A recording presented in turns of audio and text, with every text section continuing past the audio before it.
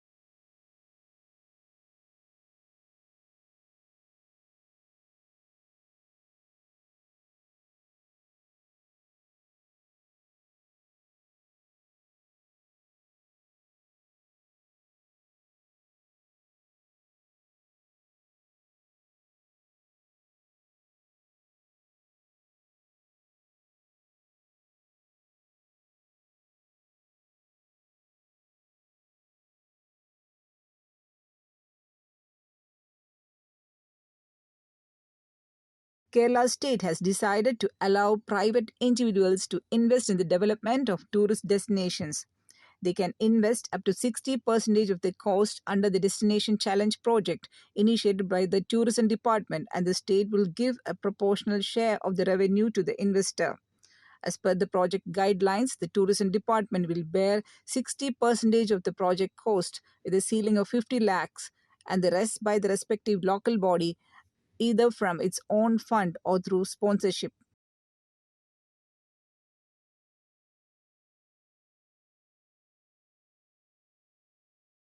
The Kerala State Council for Child Welfare will be organizing Thalira, an arts festival for the residents of 61 care homes in Thiruvananthapuram on November 7th and 8th as part of Children's Day celebrations.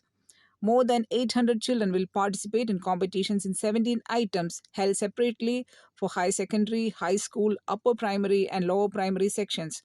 The competitions will be held in poetry recitation, light music, mono act, fancy dress, cinematic dance, group song, folk dance, folk songs, patriotic songs, as well as other literary items. The Arts Festival is being organized with an aim to provide opportunities available to every child, to those living in care homes too.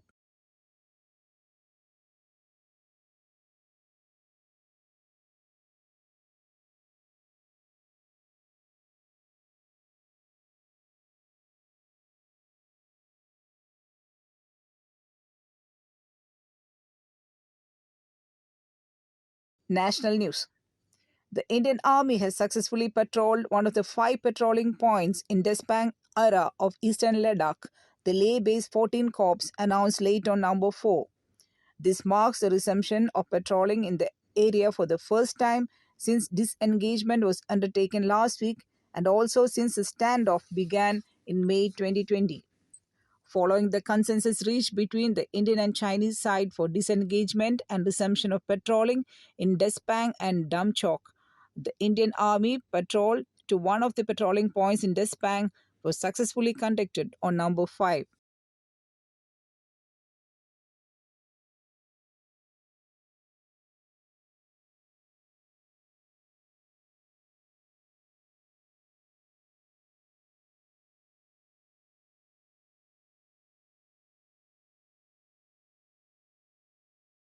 The Government of India, in collaboration with the International Buddhist Confederation (IBC), is holding the first Asian Buddhist Summit (ABS) in the national capital. The summit, themed "Role of Buddha Dhamma in Strengthening Asia," is a manifestation of India's Act East policy, which is principled on collective, inclusive, and spiritual development of Asia. Over to international news. Donald Trump has claimed a magnificent victory over Kamala Harris in the fight for the presidency and became the 47th president of the US. World leaders, including the Prime Minister of India, Narendra Modi, congratulated Trump over his victory. Over 186 million Americans voted in the US election that took place on number 5. During the election campaign, Donald Trump focused on the security of the US Mexico border, attacking Democrats and saying he will improve the economy.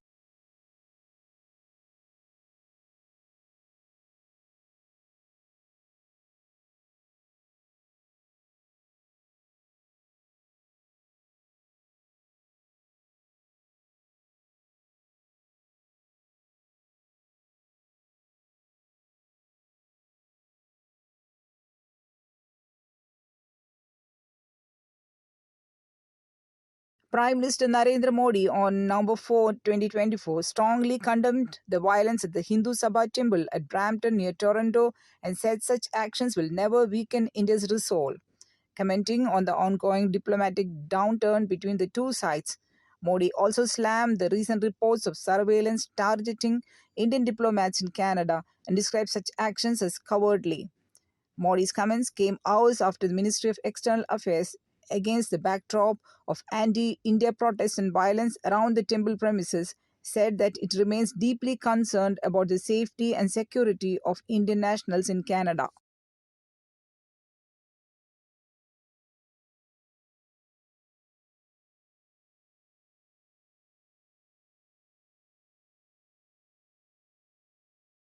Over to sports news.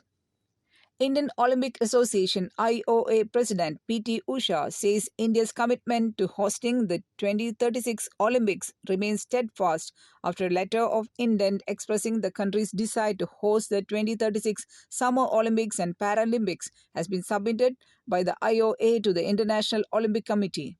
If India does manage to win, it will become the fourth Asian country ever to host the quadrennial event after China, South Korea, and Japan.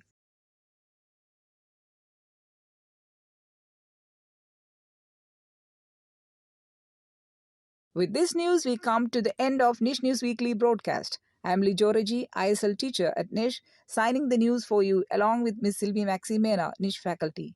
See you again next week. Thank you.